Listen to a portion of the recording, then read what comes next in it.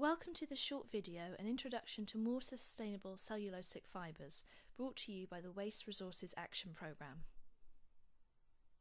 The Sustainable Clothing Action Plan brings together the industry, government and the third sector to reduce the environmental impact of clothing sold in the UK across its life cycle. As part of this, signatories have committed to reduce their carbon, water and waste footprints, and to support them in achieving this, the following short video will provide an introduction to the environmental impact of cellulosic fibres and more sustainable alternatives available. Viscose, or rain as it's also known, is a man-made cellulosic fibre extracted from wood pulp. Viscose has a notable environmental impact across its life cycle, particularly in regards to carbon, water and waste footprints. Converting the wood pulp into fibre is particularly intensive, relying on huge amounts of chemicals, vast amounts of energy and water to extract and process the wood pulp into a fibre. Now, to clearly quantify the potential savings, this slide shows the carbon reduction opportunities available if you were to shift from viscose to more sustainable alternative, lyocell. This example looks at a 100% viscose garment across its life cycle and shows that if you were to integrate lyocell into 10% of that garment, you could potentially achieve a 1.1% decrease in your carbon footprint. For 20%, that would be 2.3%, and for 30%, a 3.4% decrease.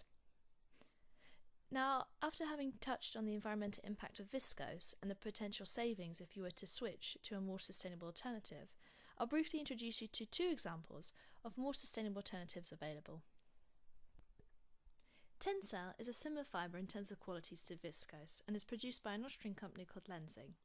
It's made primarily using wood pulp from eucalyptus and beech trees, and these are both grown to meet FSC standards. In the manufacturing phase, Lenzing utilises a closed-loop process, so in breaking down the wood pulp, the non-toxic spinning solvent used is recycled, and in doing so produces significant water savings, and also minimises the waste and overall carbon footprint. Now, whilst Lenzing Tencel is currently a niche fibre, we are seeing it being used by a number of high street brands, and in the future it's likely to become more widely available. My next example is monocell, or bamboo lyocell, which is produced in China. Now, as the name suggests, it's a bamboo-based fibre, and now bamboo is a fast-growing plant that doesn't require the usage of synthetic pesticides or fertilisers, and it's also rain-fed. These factors combined help to reduce its footprint. And in addition, the bamboo used for monocell is grown to meet FSC standards, helping to ensure that it's grown in a sustainable manner. Now, although the conversion from plant to fibre is a very energy-intensive process, the technique used to produce monocell reduces the impact through using a very efficient closed-loop system to recycle the chemicals used in the process.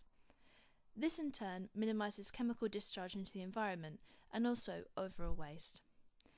Now, whilst monocell is currently a niche fibre, it does have the potential to become more widely available in the future. Thank you for listening, and if you'd like to learn more about sustainable fibres and more about the fibres mentioned in this video, please visit the WRAP Knowledge Hub.